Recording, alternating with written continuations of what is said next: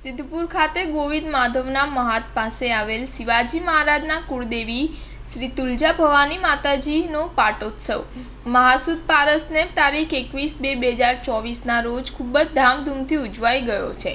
આ પ્રસંગે વહેલી સવારે શણગાર, મહાઆરતી અને તેમજ નવચંડી યજ્ઞનું આયોજન કરવામાં આવ્યું હતું।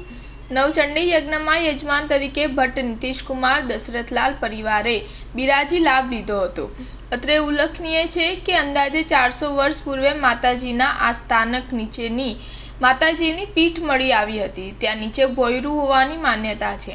ત્યારબાદ વિદ્વાન અગ્નિહોત્રી શ્રી બચુ શાસ્ત્રી અહીં માતાજીનું યંત્ર સ્થાપિત કરી માતાજીને પૂજા અર્ચના કરી હતી।